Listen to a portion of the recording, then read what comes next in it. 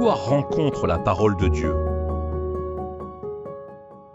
Les trois plus grandes religions humaines que sont le judaïsme, le christianisme dont il est issu et l'islamisme se revendiquent du texte sacré biblique. Et de là, il est un personnage qui, quoique faisant débat, ne laisse pas indifférent et questionne la théologie, c'est Jésus. Le judaïsme, qui ne propose pas une position globale et unifiée quant à Jésus, outre qu'il fut un juif né dans une famille juive, le considère au mieux comme un rabbi, mais sans aucune spécificité divine qui lui est reconnue. Pour le judaïsme, il n'est donc ni fils de Dieu ni le Messie. À l'inverse, pour l'islam, Jésus a le statut de prophète et de modèle humain. Enfin, pour la chrétienté, le personnage de Jésus est central, car c'est Dieu incarné en homme pour ouvrir et porter un chemin de salut. Pour les historiens, l'historicité du personnage de Jésus, tel que présenté par les 4 évangiles, ne fait pas débat, bien que la matérialisation de son existence par l'archéologie fasse défaut. Outre les sources chrétiennes que l'on pourrait qualifier de partiales, d'autres rapporteurs des événements du 1er siècle, qui ne sont pas chrétiens, évoquent le Jésus des évangiles. Il s'agit de Tacite dans ses Annales, qui évoque un certain Christus des chrétiens. Jésus-Christ se trouve aussi évoqué dans les écrits de Suétone et Pline. Celui qui évoque le plus Jésus est le philosophe du 1er siècle Flavius Joseph. Il évoque un certain Jean, le baptiseur, et parle aussi d'un homme sage, qui ressemble vraiment à ce que les évangiles disent de Jésus. Quoi que l'on pense, Jésus ne laisse pas indifférent. Même ceux qui se déclarent athées adoptent une position qui finalement laisse une place à ce Jésus de la Bible. Michel Onfray, qui revendique d'être athée, a trouvé bon d'écrire sur le sujet dans sa Théorie de Jésus, biographie d'une idée, et il affirme que le Christ n'a pas existé réellement, mais textuellement, sous la forme d'une idée. Peut-être une manière d'accepter sa réalité. Qu'on le veuille ou non, le Jésus de la Bible fait donc partie de l'histoire de l'humanité.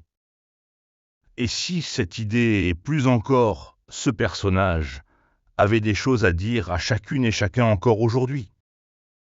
Et si un tel ancrage dans les idées et les représentations des principaux courants de pensée n'était pas fortuit, mais était réellement porteur d'un message substantiel, que l'on y adhère ou pas? Autrement dit, et si c'était vrai? Et si ce Jésus de la Bible était bel et bien un rendez-vous voulu et marquant avec l'histoire de l'humanité?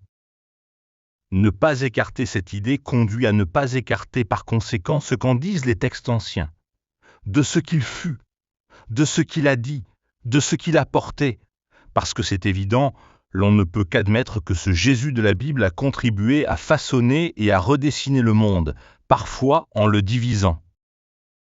En son temps, le peuple juif, et même ses disciples, voyaient en lui un influent homme politique, celui annoncé par les textes anciens pour les délivrer de l'emprise romaine. Hérode d'ailleurs, dirigeant romain cruel, craignant la venue d'un rival, s'en est inquiété jusqu'à décider, comme autrefois au temps de Moïse en Égypte, de supprimer tout nouveau-né mâle de moins de 2 ans. D'autres juifs, comme les pharisiens et les sadducéens, voyaient en lui un concurrent théologique qui mettait en danger leur emprise et leur pouvoir sur le peuple. On reconnaît là des considérations bien humaines pour défendre des intérêts opportunistes ou s'accrocher au pouvoir conquis ou acquis. Cela fait du Jésus de la Bible un humain comme les autres, peut-être plus malin, plus influent ou plus intelligent. Mais il ne faut pas écarter que le Jésus de la Bible, quoiqu'un homme bien en chair, c'est peut-être tout autre chose. Quelqu'un de différent, qui ne ressemble pas à ce qu'ont été et sont encore les hommes et les femmes de notre monde. D'ailleurs, déjà en son temps, on lui reconnaissait quelque chose de spécial. Matthieu 7, versets 28 et 29 dit « Après que Jésus eut achevé les discours, la foule fut frappée de sa doctrine, car il enseignait comme ayant autorité et non pas comme leurs scribes. » Dans Matthieu 22, verset 33, on lit « La foule qui écoutait fut frappée de l'enseignement de Jésus. » L'apôtre Marc dit au chapitre 6 et verset 2 « Beaucoup de gens qui l'écoutaient étaient étonnés et disaient « D'où lui viennent ces choses? Quelle est cette sagesse qui lui a été donnée? Et comment de tels miracles se font par ses mains ?» Puis l'apôtre Jean au chapitre 7 et verset 46. « Jamais homme n'a parlé comme cet homme. Au chapitre 8, versets 22 à 33, il rapportera ce dialogue entre Jésus et ses disciples. « Qui es-tu » lui dirent-ils. Jésus leur répondit, « Ce que je vous dis dès le commencement. J'ai beaucoup de choses à dire et à juger en vous. » Enfin, Luc, au chapitre 20 et verset 26, fera ce constat. Ils ne purent rien reprendre dans ses paroles, mais étonnés, ils gardèrent le silence. La rédaction des évangiles s'est étalée sur un siècle. Le premier qui a rédigé, c'est Marc, vers 70. Il sera suivi par Matthieu et Luc entre 80 et 90, puis enfin par l'apôtre Jean avant la naissance. Chaque évangile parle de Jésus selon un prisme qui lui est propre, avec une mémoire également différente, et pourtant aucun n'est contraire aux autres. Ils se complètent et les quatre sont unanimes quant à ce quelque chose de spécial qu'avait Jésus. Cette autorité naturelle qui à la fois attirait et questionnait. Même l'apôtre Paul, qui est contemporain de Jésus, quoique ne l'ayant croisé, parle de Jésus comme d'une rencontre qui a radicalement changé sa vie et qu'il développe dans son épître aux Galates au chapitre 1.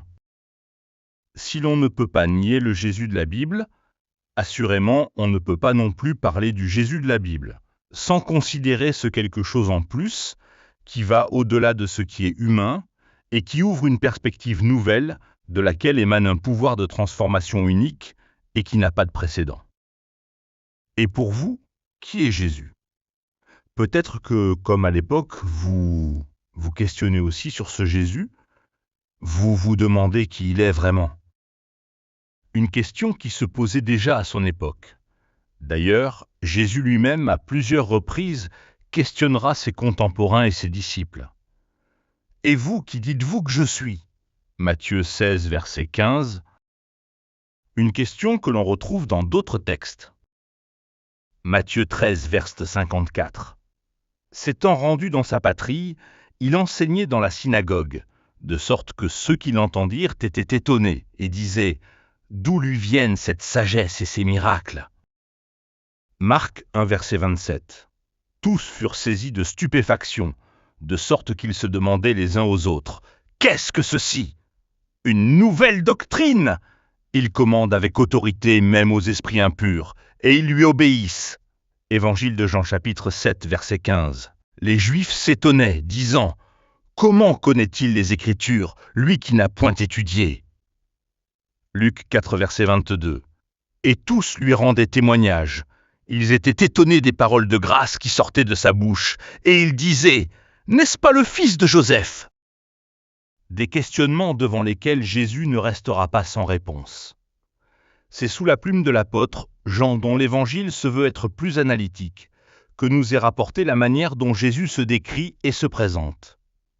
Par 7 fois, il va en effet se présenter comme un « Je suis », parce qu'au-delà d'être fait d'os et de chair, son histoire, son parcours, sa raison d'exister et sa destinée sont hors du commun, et tout cela pour le seul avantage de l'humanité. Il a en effet réussi, là où tous les hommes et les femmes avant lui, et tous ceux qui viennent après et qui viendront après nous, ont échoué, échouent et échoueront. Il est le seul à ne pas avoir succombé à tout ce qui est contraire au bien. C'est en ce sens que Jésus est le rendez-vous réussi avec l'histoire des hommes, avec l'histoire de chacune et chacun. C'est une rencontre unique, qui étonne peut-être, mais qui est d'un immense pouvoir de transformation. Une rencontre qui est toujours possible aujourd'hui. Pour bien se faire comprendre, Jésus se présente en prenant des images qui ont l'avantage de parler à tous, quelle que soit notre culture et le temps dans lequel on vit, comme pour illustrer ce qu'il est vraiment et sa capacité à répondre à des besoins fondamentaux quotidiens. Sous la plume de l'apôtre, Jean il se présente comme un « Je suis ». Je suis le pain de vie. Chapitre 6, verset 35. Le pain, c'est ce qui nourrit et entretient la vie et la santé. C'est aussi ce qui rassasie lorsque l'on a faim. Je suis la lumière. Chapitre 8, verset 12. La lumière rassure, nous donne de la perspective et fait voir loin. Je suis la porte. Chapitre 10, verset 9. Une porte comme une issue de sortie dans un monde qui semble ne plus avoir d'issue. Je suis le bon berger. Chapitre 10, verset 11. Un berger, c'est celui qui conduit, qui rassure, qui protège, qui fait que l'on n'est pas seul. Je suis la résurrection et la vie. Chapitre 11, verset 25. C'est comme pour dire que la mort n'est pas une définitive fatalité, qu'une autre chose est possible. Je suis le chemin, la vérité et la vie. Chapitre 14, verset 6. Pour ne pas se laisser abuser par les nombreuses fables qui nous emmènent sur des chemins sans issue, mais qu'il y a un chemin vers lequel il y a un quelque part. Je suis le vrai cep. Chapitre 15, verset 1. Comme un point d'ancrage, solide et sûr, sur lequel on peut venir s'arrimer. C'est sûr, Jésus a quelque chose d'unique à nous transmettre. Au cours de sa vie, Jésus aura des rencontres toutes particulières qui marqueront à jamais les personnes. Il y en a tellement qu'il est difficile de les citer toutes. Il y a ces mariés qui ont Jésus et sa famille comme invités. Jésus fera à ce moment-là son tout premier miracle en changeant des cruches d'eau en bon vin à la fin de la fête. C'est lui qui amène et sert le meilleur vin. Il y a ce pharisien, membre du clergé de surcroît, qui vient en toute discrétion de nuit voir Jésus pour lui dire ce qu'il a sur le cœur et le questionner. Il repartira avec un regard différent, un nouveau sens à la vie et une foi renouvelée qui le conduira à rester attaché à Jésus. Il y a cette rencontre avec cette femme qui a tout et tous contre elle. Elle est très volage et de surcroît samaritaine, donc méprisée par les Juifs. Elle est au puits et la conversation s'engage avec Jésus qui lui demande à boire. Finalement, c'est elle qui lui demande de lui servir de cette eau vivifiante. Cette femme a une vie misérable, une vie dans laquelle elle a tellement besoin d'étancher sa soif. Certainement une soif d'amour, une soif de bonheur, une soif de vérité qu'elle ne trouve pas autour d'elle. Il y a cet homme à la piscine de Béthanie, handicapé depuis 38 ans, et qui, comme beaucoup d'autres à cet endroit, il attendait. Jésus passe là et lui pose cette question presque provocatrice. « Que veux-tu que je fasse ?» Il y a aussi ce jeune homme riche, tout bien comme il faut, et qui avait une vie religieuse sans défaut. Enfin, c'était sans compter sur Jésus qui va mettre le doigt là où ça fait mal. Certes, tout est bien, mais ce n'est que pure forme et tradition chez cet homme. Jésus, lui, souhaite une pleine adhésion, celle du cœur et de la conviction personnelle. Il y en a eu bien d'autres rencontres, toutes singulières, et qui ont changé la vie de celles et ceux qui l'ont rencontré. Paul, celui qui se dit apôtre alors qu'il n'a pas connu Jésus de son vivant, est de cela. Lui qui pourtant était de ceux qui étaient très engagés dans la religion, croyant fervent comme il le dit lui-même.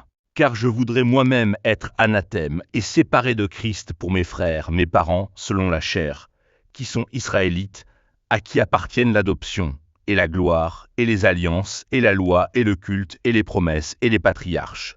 Romains 9, 3, 5. Il était sûr de lui, se croyait dans la vérité. Vous avez su comment j'étais plus avancé dans le judaïsme que beaucoup de ceux de mon âge et de ma génération, étant habité d'un zèle excessif pour les traditions de mes pères. Épître aux Galates, chapitre 1, verset 14. Mais ça, c'est jusqu'à ce qu'il rencontre Jésus. Certes, d'une manière toute particulière, acte 9, de là, tout va changer pour lui. Je rends grâce à celui qui m'a fortifié, à Jésus-Christ notre Seigneur, de ce qu'il m'a jugé fidèle, en m'établissant dans le ministère. Moi qui étais auparavant un blasphémateur, un persécuteur, un homme violent. Mais j'ai obtenu miséricorde parce que j'agissais par ignorance, dans l'incrédulité. Timothée 1, 12, 13. Et ce Paul, vu comme exemplaire par ses contemporains, viendra à dire « J'ai été crucifié avec Christ, et si je vis, ce n'est plus moi qui vis, mais Christ qui vit en moi. » Galates 2, 20. L'expérience de bien d'autres personnages résonne comme des exemples de ce que produit la rencontre avec Jésus. Et si Jésus voulait aussi nous rencontrer, vous aussi. Chacun et chacune individuellement dans son expérience de vie pour trouver en lui et avec lui une autre impulsion, une autre perspective, un sens nouveau. Un Jésus qui fait encore entendre ses paroles, comme dans un dialogue personnel avec chacun.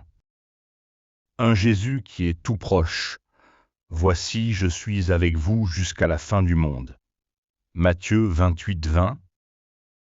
Un Jésus qui est prêt à nous écouter. Mais quand tu pries, entre dans ta chambre, ferme ta porte, et prie ton Père qui est là dans le lieu secret. Et ton Père qui voit dans le secret te le rendra. Matthieu 6, 6. Un Jésus qui est prêt à nous rencontrer. Approchez-vous de Dieu et il s'approchera de vous. Jacques 4, 8. Un Jésus qui est prêt à nous répondre. Nous avons auprès de lui cette assurance, que si nous demandons quelque chose selon sa volonté, il nous écoute. Et si nous savons qu'il nous écoute, quelque chose que nous demandions, nous savons que nous possédons la chose que nous lui avons demandée. Première épître de Jean chapitre 5 versets 14 et 15. Alors il nous attend et nous redit cette parole. Voici, je me tiens à la porte et je frappe. Si quelqu'un entend ma voix et ouvre la porte, j'entrerai chez lui, je souperai avec lui et lui avec moi. Apocalypse 3, 20. Parce qu'il a de beaux projets pour chacune et chacun. Car je connais les projets que j'ai formés sur vous, dit l'Éternel, projets de paix et non de malheur, afin de vous donner un avenir et de l'espérance. Vous m'invoquerez, et vous partirez. Vous me prierez, et je vous exaucerai. Vous me chercherez, et vous me trouverez, si vous me cherchez de tout votre cœur. Jérémie 29, 11, 13. Venons donc à la rencontre de Jésus.